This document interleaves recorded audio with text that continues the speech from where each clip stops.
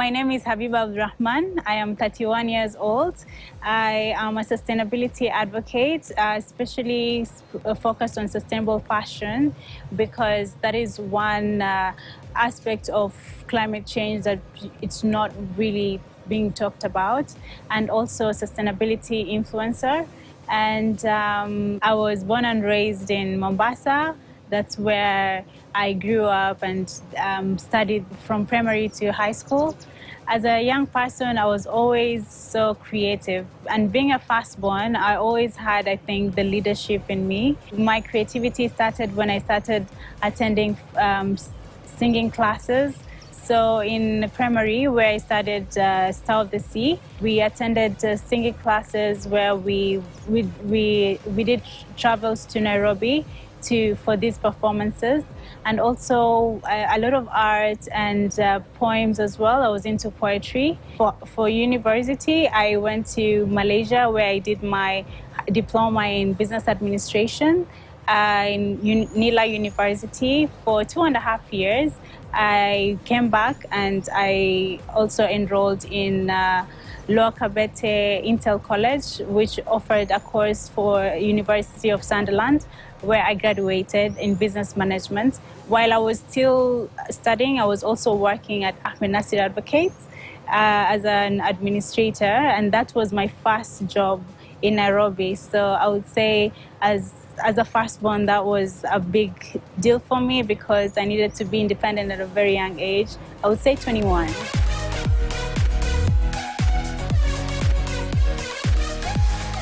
And that's how, after a while, I did different jobs. I changed my careers, and I moved to my grandfather's house after a while, after completing 4 years, to start my journey on self-discovery, I would say. And that's how I got in sustainability, due to the community work that's in Malindi, in Kilifi County. There's a lot of community work. I got involved in that, and that's how I got to learn more about sustainability, about plastic pollution and all this. And I was so curious to know how I can be a part of that change. And through that, you know, it's been a journey moving to Dubai. It's been a whole journey, I would say. And yeah.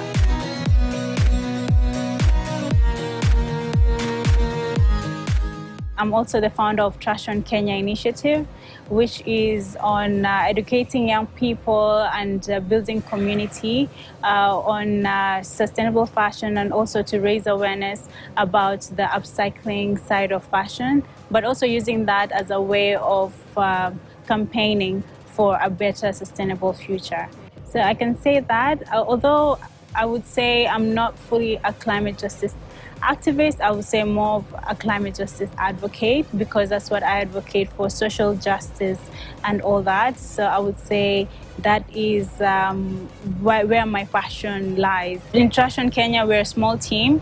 Lucky, she's a young, I would say she's a youth who's also passionate about helping the young people, and also educating and helping the environment. So with Lucky, I would say that that's the first thing I would do. Since I live in Dubai, it would be easier for us to meet online and just find out what are we doing for the week or for the day, and how can we also, you know, find partnerships to be able to run our organization, and also to be able to just achieve some of the initiatives that we're trying to advocate for. And also research is very important. So the first thing I do, I check on the news, what's trending and what is happening in the news. Like, for example, despite being in Dubai, I knew about the protests that were going on in Kenya. Social media nowadays is a powerful tool, and also a lot of important events that are happening, so that I know how to also be part of that voice.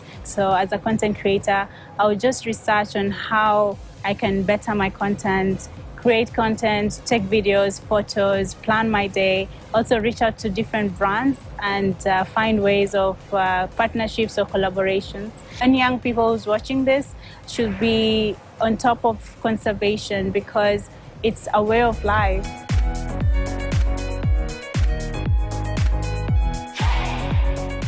Textile waste is something that not many people are aware about, because when we look at fashion, we look at how beautiful it is on the outside, but then there's the darker side of fashion that people don't know about. We're talking about, first, besides the West, we're talking about social injustices. When you look at countries like Bangladesh, third world countries, that's where the production is happening. There's child labor and also unfair wages. Workers are being paid unfairly. There's an unfair trade as well. So these are one of the aspects that, as a sustainable fashion advocate, together with international organizations and also local organizations, we try to come together to fight against this and to advocate for fair wages and fair trade when it comes to the fashion industry. Now, when it comes to the pollution, that is another story on its own, because most of our clothes are made from polyester, which is a very toxic material because it's made from fossil fuels, and that's what we are trying to fight. We are trying to stop fossil fuels because it's harmful to the environment, and also the production of polyester and other textiles that are toxic to the environment. We should stop this from happening and transition to sustainable materials or sustainable fabrics. And this is how I'm trying to work with other like-minded individuals and advocates in the sustainable fashion industry to raise awareness to young people, to also older people, for us all to come together and stop buying fast fashion, stop supporting fast fashion brands, and to transition to sustainable fashion. And some people think sustainable fashion is complex, but it can be as simple as just it can be as simple as just wearing what you already have in your closet, as long as you don't waste it. You know, even if, let's say, it's from a fast fashion brand that you bought years ago, but it's still in good quality and you wear it, and you don't waste it, or you pass it down to your family or your friends or your siblings, that is something that can still be sustainable. So yes, as the founder of Trashion Kenya, I would say that I got this inspiration when I started my journey when I started my environmental journey in Malindi. I mentioned that I moved to my grandfather's house at some point after working as an office administrator in Nairobi. This community in Malindi, where we were collecting trash and working to clean the city, opened my eyes to the amount of waste that is on our beaches, on our towns. So I just took it upon myself to do research on this and come up with a solution. So this was so I think it was so organic, because I started now reaching out to organizations that are working on creating solutions. And I found events very entertaining for me as a way of learning. So I remember the first event that I attended was the BizBuzz event. It was in Nairobi. So I came to see different people coming together, and most of them are business entrepreneurs. And most of the things that they were showcasing as the vendors, they were upcycled items, upcycled bags, upcycled materials, and some of them were upcycled art as well. Like someone was creating art from plastic waste. Who would have known that? Some from aluminium waste, some from cloth waste, So I did not know that you can actually, I would see it on the streets and it will not click to me that this is made from an upcycled waste, And I think one event that's really struck me was when I was in Malindi. I was just walking around I was like a local tourist, because before I was a content creator, so I wasn't really a sustainability content creator. I would just explore to just create content. I came across this lady who was weaving a bag, and I didn't know what it was. So I got curious. I was like, what are you weaving? I want to know the material of the bag. And she told me this is from the cassette tape film. So I was like, really? Are you serious? And I could literally see her weaving from it. And the cassette tape was there while she was weaving. You can see the film rolling, and it created a beautiful bag. And it was black in color. It looked shiny. And you can tell it is from the film. But if you didn't ask, you wouldn't have known. And that's when my curiosity actually grew, because she just didn't know. She was selling, but she was saying that one of her challenges was she couldn't get the right people to buy, and it would actually help her. So I decided, you know what, I would want to make a difference by supporting this industry. There's hope here, and these women are actually creating impact and solutions. So I took it upon myself to raise awareness and to start educating young people. And so far, I can say we've been collaborating with schools and teaching young moms as well in Malindi in partnership with Partners for Care. And it's been a beautiful journey seeing the impact that we're creating. So I can say my journey and creating Trashion Kenya started with that inspiration of the fact that people can create valuable resources from trash, but also to create awareness through that, because now we can be a conversation starter. And until now, we use that as a way of advocating for sustainability and sustainable fashion.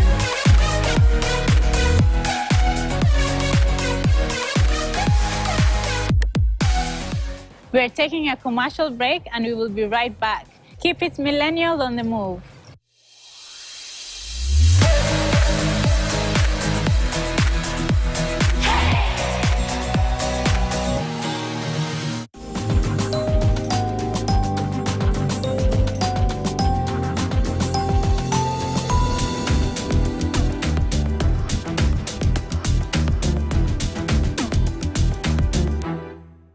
As the sun rises, so do we, as we trust it to rise and set without any worries interrupting your day. StarTime's home solar solution with solar panels, hybrid inverter, and lithium battery, powering your prosperity and happier life, empowering you to do the things that really matter.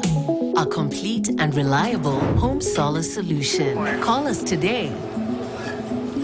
StarTime Solar. Power your life.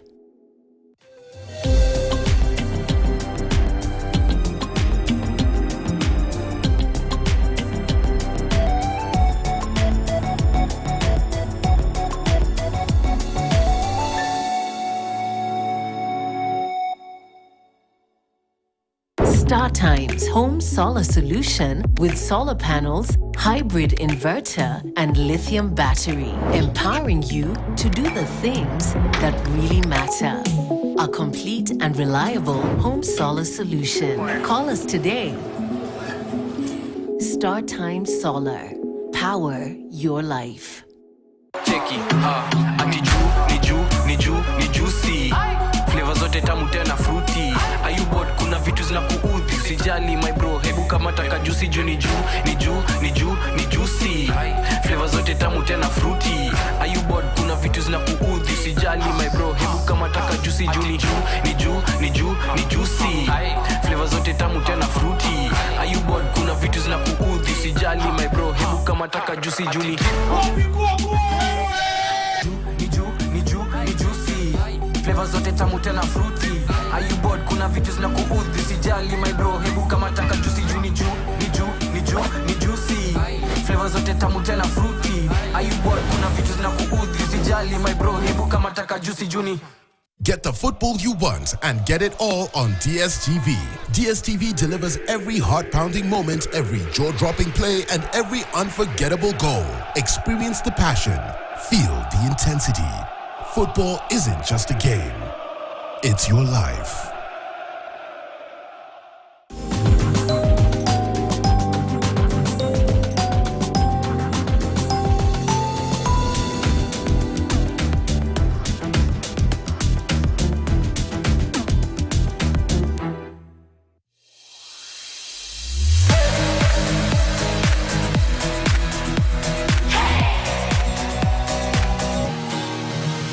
Welcome back from the break. I'm Habiba Abdulrahman.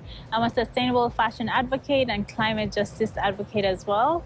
My social media handle is habibabn.eco on Instagram and my initiative Trashion.Kenya. Like I have mentioned about sustainability, sustainable fashion, people have this misconception that it has to be a certain way or it's expensive. But like I mentioned, you can start as wearing what is in your closet, styling your closet, and also buying secondhand if you have to buy clothes. So already if someone is wearing a Tumba outfit or a secondhand outfit, that is already sustainable without them realizing. So this is something that we want to let the youth know, that wearing secondhand is okay. Like, you shouldn't be ashamed. You should. Thrifting is fine. Also, swapping is one of the ways. Recently, I came to Kenya, which one of the reasons that I came to Kenya is because to attend this event called Fashion for Nature, which we co-founded with other organizations in the sustainable fashion industry. It was at Distant Relatives in Kilifi that happened last Saturday. So I would say that through this event, I learned about different sustainable fashion brands and youth organizations as well. So one that stood out to me was Swap Circle. So if you know of Swap Circle, just search them on Instagram, you'll find them. It's a community that advocates for swapping clothes. They literally create events on swapping clothes. So if you have clothes as a young person, you look for Swap Circle online and you check out which events they have and you can swap with them. So that was one of the activity that happened where people were swapping clothes. So I would say any young person also who wants to start swapping or creating any swap activity, that's also sustainable fashion. The second way I would say is upcycling as well. So through, like I mentioned about Trashion upcycling, there is an organization called ACT, Africa Collect Textiles, that collects textiles from people. And also I know they're collaborating with schools right now, universities I think, to create more awareness and also to encourage young people to donate their clothes in a sustainable way, and to whatever that is end of life is not thrown. They upcycle into beautiful outfits and also into beautiful carpets. If you can check online, ACT, Africa Collect Textiles, you will see the beautiful carpets that they create out of denim jeans. Yes, and not only that, also tote bags they create out of these denim jeans, and many other different products, like also baskets, working with the old women to create baskets, from weaving into baskets from the denim waste and other waste products. So I would say ACT is one of it. That is in the upcycling world, and I'm sure a lot of young people are creative and can get inspiration from that, and also can upcycle art as well. Another organization that stood out to me was Regenerative Fashion Africa, called Reface. So Regenerative Fashion Africa raises awareness at the moment on regenerative fashion, which is now from fashion that advocates for sustainable fabrics. That is cotton, linen, hemp, and actually is working towards supporting farmers and working with local designers. So I would say that is also very educational. And for young people, I know that will be expensive, and that's why I'm mentioning different ways that they can practice sustainability. Another organization that really stood out to me is Wildlife Works, and I'm wearing Wildlife Works today. So this is one of the Wildlife Works outfits, and it's 100% organic. So this is organic hand screen printed cotton, and it's organic denim. And what's so beautiful about this outfit is that no cloth, nothing has been wasted while creating this. It's carbon neutral in their factory. Energy is being conserved, and not only that, they also conserve the environment and help also wildlife conservation. And I find that very unique.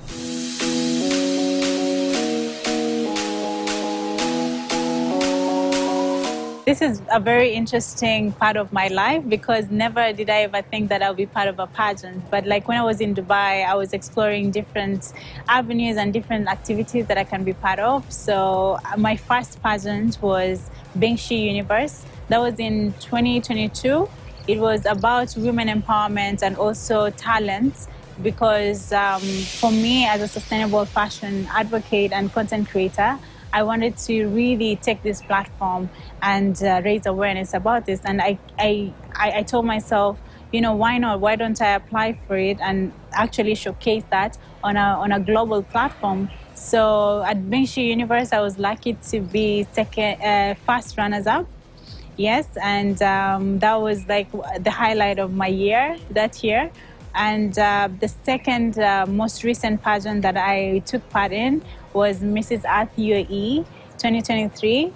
I know the word Mrs. Someone would think that, you know, I'm married. A lot of people think that, but actually it's because it's inclusive of age. So anyone from 18, married or unmarried, can take part in this pageant, and that's how I actually took initiative to take part in this, because at my age I knew that pageantry wasn't for me, because most pageants were by 27 you're not part of it. And I'm glad that even Miss Universe now, they took out the age. Yes, Miss Universe 2024, they no longer are taking any age limits. So that's how I got into Mrs. Earth UAE. And I was lucky to be second runners-up. I got 2 titles, Mrs. Earth UAE Water and CSR Ambassador. And I would say it was a very empowering experience for me. At the same time, it showed me the gaps that were there, because even as a pageant and as a sustainability advocate, it was hard for me to find sustainable fashion outfits for pageantry. You know, like evening gowns and all that. Most of them were made of sequins, and sequins is also not eco-friendly. So I rented the outfits. So renting is also one of the ways we can be sustainable, because we are reusing, you know. I rented my gown, and it was green in color, so it's kind of like fitted in the theme. And I would say I really enjoyed the pageant.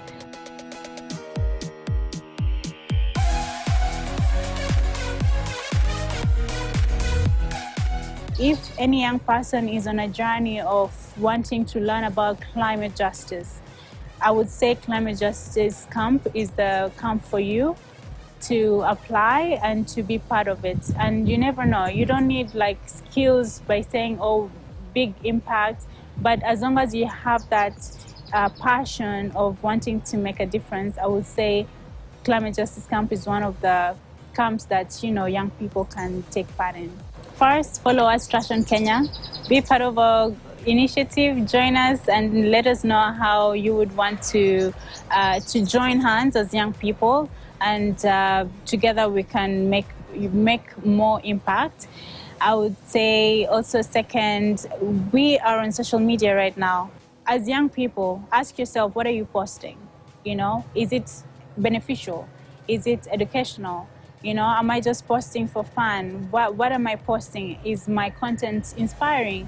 So I would say as a young person, you also need to look at what you're posting, and, you know, you just have to find a way to make it to make your content relatable, in the sense that it's also inspiring in saving the environment. Or if you're going to events, look for events like planting trees or planting mangroves, or, you know, beach cleanups. These are the events, you know, we as young people need to be part of. and also share on our social media. And not only that, we can also educate ourselves and follow young people or follow organizations that are actually sharing about environmental awareness, or youth organizations, or youth opportunities. So it's young people to educate themselves and also reach out to these organizations by searching online. So as a young person right now, I don't think anyone has an excuse to say that they can't find any organization to be part of.